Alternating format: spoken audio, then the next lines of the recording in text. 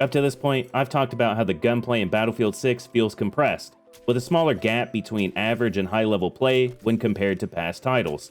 A lot of that comes down to weapon overlap and how much control the game actually allows. So let's break down the short and long-term changes DICE could implement to add some depth back.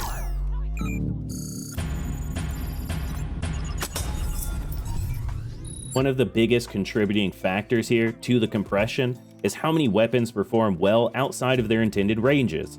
We're seeing too much overlap between weapon classes, and while there will always be certain guns that bridge those gaps, right now some weapons are dominating across too wide of a range. You have guns that perform extremely well up close, while still dominating at medium and even medium-long ranges. This creates a lot of redundancy between the weapon choices. At that point, there's less reason to pick something specialized when another weapon does almost everything just as well and then some. And we can see this with the numbers as well. Some weapons in Battlefield 6 are killing in 3 to 4 bullets up close when they probably shouldn't be. Take the SG-553 for example. That kind of overlap compresses outcomes and reduces the value of weapon choice overall. And part of that compression comes from the pacing as well. Fights reset quickly, and fewer engagements allow sustained mechanical separation over time. So by reducing the damage that's done and the subsequent TTK up close of some of these weapons, it allows a little more breathing room and for those close range intended weapons to shine a bit more. Another realistic and meaningful change would be adding limb multipliers. As of right now, leg shots deal the same amount of damage as torso shots, which makes fights more consistent, but it also reduces the impact of precision. And this is a point that I brought up in a prior video. This rewards players who are hitting lower value shots at the same rate of players who are aiming more deliberately. Limb multipliers wouldn't necessarily make fights harder, but they would make the outcomes feel more earned. This would reward accuracy and precision while punishing poor crosshair placement and positioning, thus creating a clear separation between disciplined and undisciplined aiming. But I feel like the deeper issue here goes beyond the balancing tweaks, and this is where the difference between Battlefield 6 and older Battlefield games becomes more noticeable to me. So I think focusing on long-term changes on the systems related to Recoil and Bloom would be beneficial for adding more depth and rewarding mechanical discipline more clearly. What I'd like to see changed is how the Recoil and Bloom interact, specifically how much control the system actually allows players to have. Right now, in Battlefield 6, most weapons have a decent level of control, but there are clear outliers where even if you understand the recoil pattern, there's still a limit to how much control you can realistically achieve. And we can see some of these differences when we compare something like the Bulldog from Battlefield 4 to the TR7 in BF6. On paper, they're not that far apart in rounds per minute, but mechanically they behave very differently. The Bulldog could be learned and mastered through burst timing and discipline. If you overfired it, you got punished. But if you controlled it properly, you could reach a point where it felt fully manageable and deadly in the right hands. With the TR7, there's still some control, but not to that level. Recoil and Bloom start limiting how much mastery is actually possible here.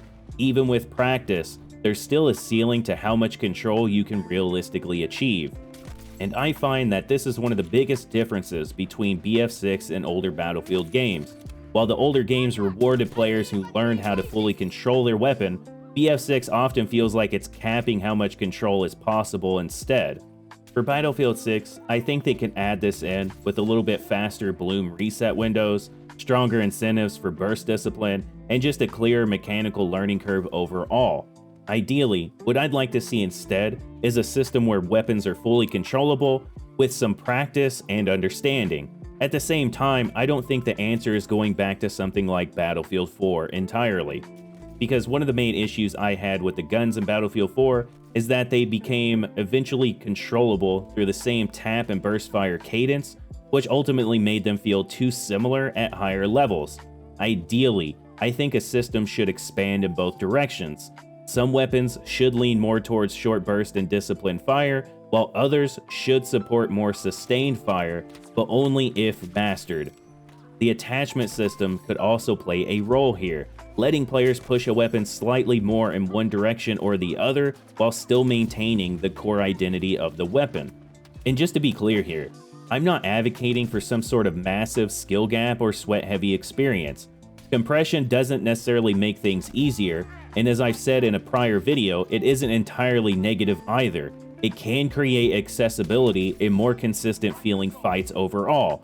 The issue is when compressed gunplay is combined with a fast time to kill, because then everybody dies quickly. And this is regardless of skill level, which can make frustration build faster and improvement feel less rewarding. With older Battlefield titles, even when two lower skilled players fought each other, there was more margin for error on both sides. That gave players more time to react, adjust, and actually learn mid-fight. Dying too quickly limits those experiences. So to close here, Battlefield 6 has a strong foundation at its core, but when compared to older titles, the gunplay still feels compressed. Until the game rewards precision, discipline, and decision-making more clearly, that gap between players is going to stay smaller than it should, and the gunplay, unfortunately, will continue to feel shallower than it needs to. And compression isn't going to stop strong players from dominating, it's just going to make the fights feel flatter overall. But I'm curious as to what you think. Would the short-term changes be enough, or would it take the long-term ones to really add depth back to the gunplay? Be sure to let me know down in the comments below. I'll catch you on the next one. RAMTEID out.